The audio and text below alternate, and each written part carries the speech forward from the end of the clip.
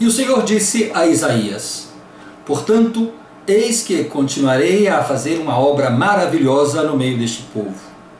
Uma obra maravilhosa e um assombro, porque a sabedoria dos seus sábios perecerá, e o entendimento dos seus prudentes se esconderá.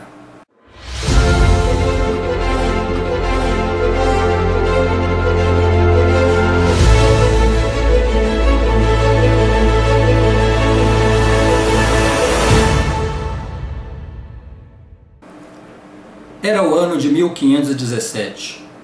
Martinho Lutero e outros reformadores da Europa começaram a rebelar-se contra o catolicismo e as suas práticas. Consta nos registros da história que entre os anos 1620 a 1750, muitos protestantes evangélicos europeus chegaram à América do Norte à procura de liberdade religiosa. Anos 1775 a 1783. A Declaração da Independência e a Revolução Americana estabeleceram uma nova nação dedicada à liberdade e à democracia. Anos 1787 a 1791. A Constituição dos Estados Unidos estabeleceu a liberdade religiosa como um direito fundamental. A nação então estava preparada para a restauração do Evangelho.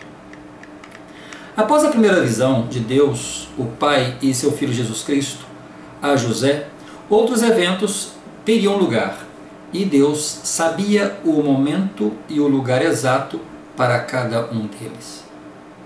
No ano de 1823, 3 anos após a primeira visão, José recebe a visita de um anjo ao lado de sua cama. Esse anjo lhe disse chamar-se Moroni, e, tendo se apresentado como um mensageiro da presença de Deus, lhe contou sobre algumas placas de ouro que estariam escondidas em um monte, uma pequena montanha próxima à sua casa. Nessas placas estariam registrados um relato sobre os antigos habitantes da América, sua origem e sua procedência. O livro continha informações sobre o Evangelho de Jesus Cristo em sua plenitude. Junto a essas placas estariam 2 pedras em aros de prata que, presas a um peitoral, constituíam o que era chamado de Urim e Tumim. Era um instrumento usado pelos antigos profetas na antiguidade. Estes instrumentos lhe ajudariam a ler as placas. Várias outras visitas então ocorreram posteriormente, até o dia em que José foi conduzido ao local para retirar as placas de ouro. Era o ano de 1827. José então relatou em suas palavras que finalmente chegou a época de receber as placas, o Urim, o Tumim e o peitoral. No dia 22 de setembro de 1827, tendo ido como de costume, ao fim de mais um ano, ao local onde estavam depositados, o mesmo mensageiro celestial entregou-os a mim, com a advertência de que eu seria responsável por eles, que se eu os deixasse extraviar por algum descuido ou negligência, seria cortado, mas que se eu empregasse todos os esforços para preservá-los até que ele, o mensageiro, os reclamasse, eles seriam protegidos. Bom, com as placas e o Urim e o Tumim e o peitoral em posse de José, muitas tentativas ocorreram para tirá-los dele. A perseguição se intensificou e se multiplicava continuamente de todas as formas. No ano de 1838, essas placas, juntamente com o Urim, o Tumim e o peitoral, foram devolvidas a esse anjo Moroni. Porém, antes as mesmas foram mostradas para várias pessoas bem conceituadas na região onde morava José, como testemunhas.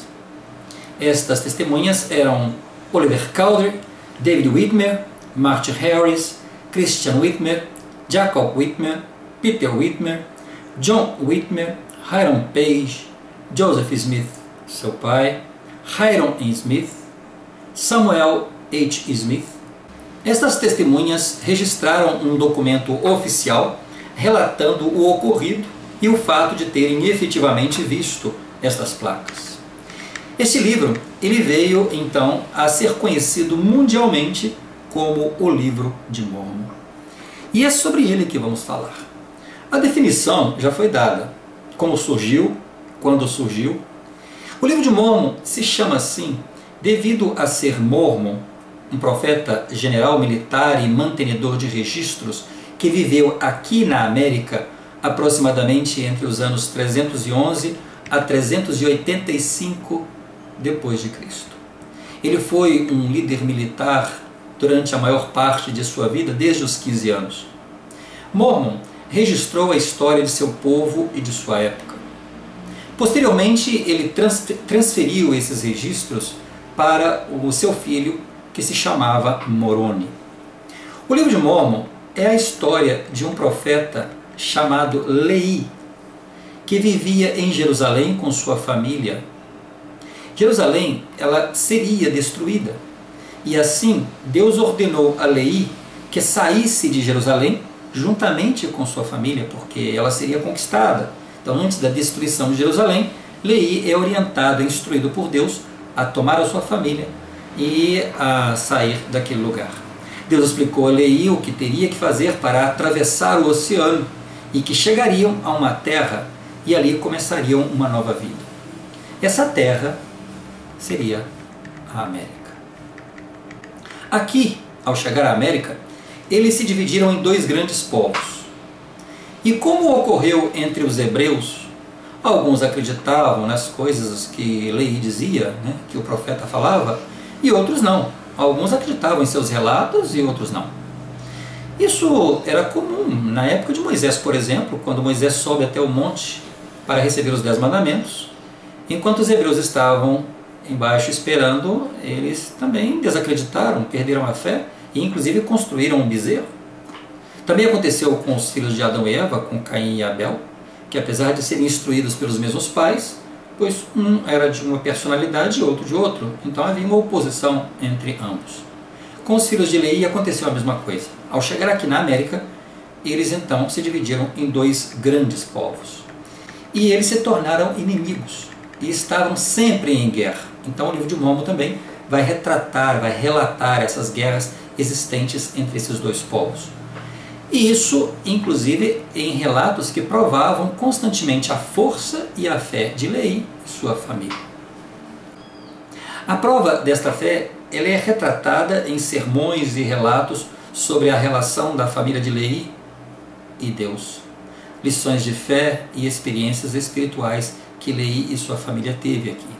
Mas, acima de tudo, o livro presta um segundo testamento de que Jesus Cristo é o Filho unigênito de Deus.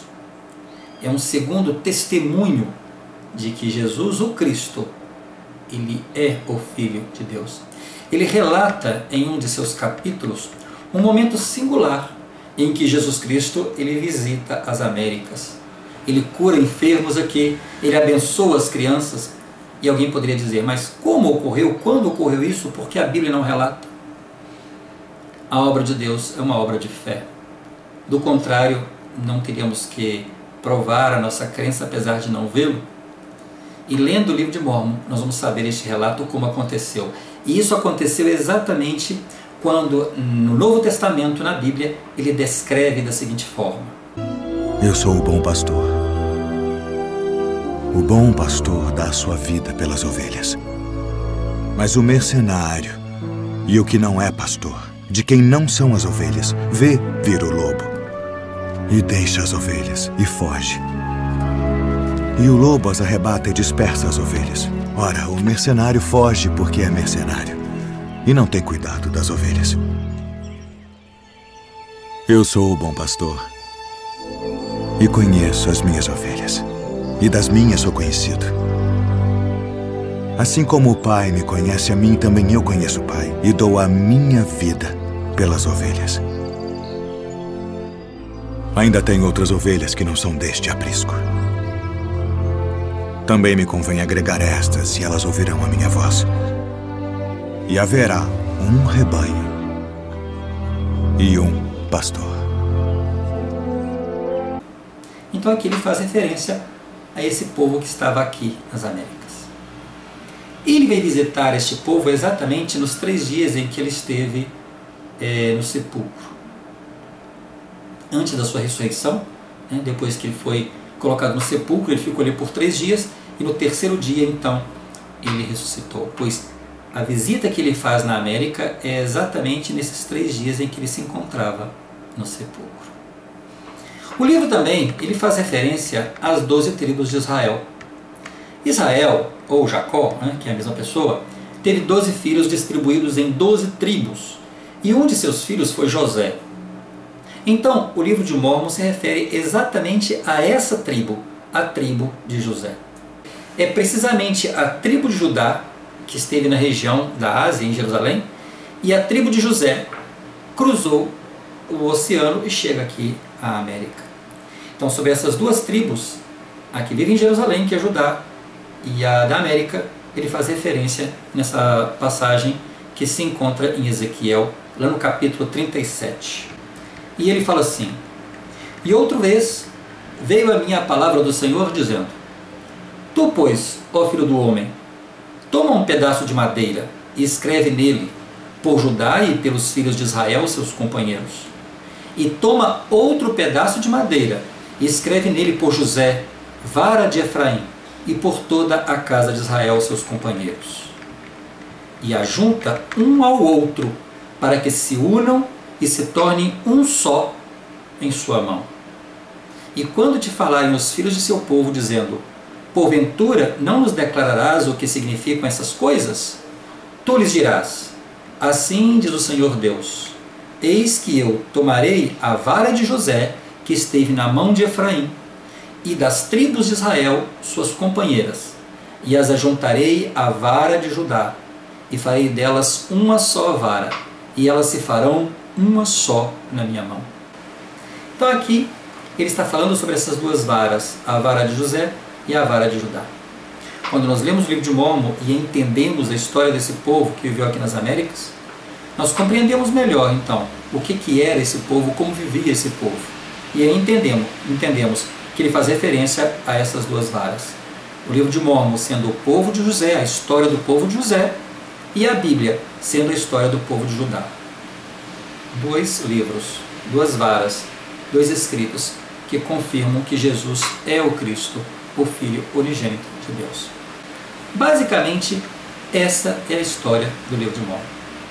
A Bíblia é a palavra de Deus, porém, desde sua primeira tradução, muitas partes importantes e necessárias foram mudadas, foram alteradas, extraídas com o passar de um idioma ao outro. Sabemos que uma mesma palavra, ela significa uma coisa em um idioma e muda de sentido em outro. Como professor de línguas, de português e espanhol, eu percebo que muitas vezes tem palavras que possuem um significado diferente, apesar da mesma ortografia. Agora imagina quantos idiomas foram traduzidas à Bíblia desde sua origem.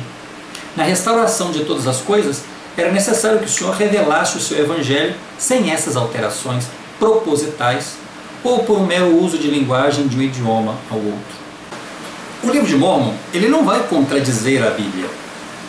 Pelo contrário, ele vai confirmar as coisas que estão na Bíblia.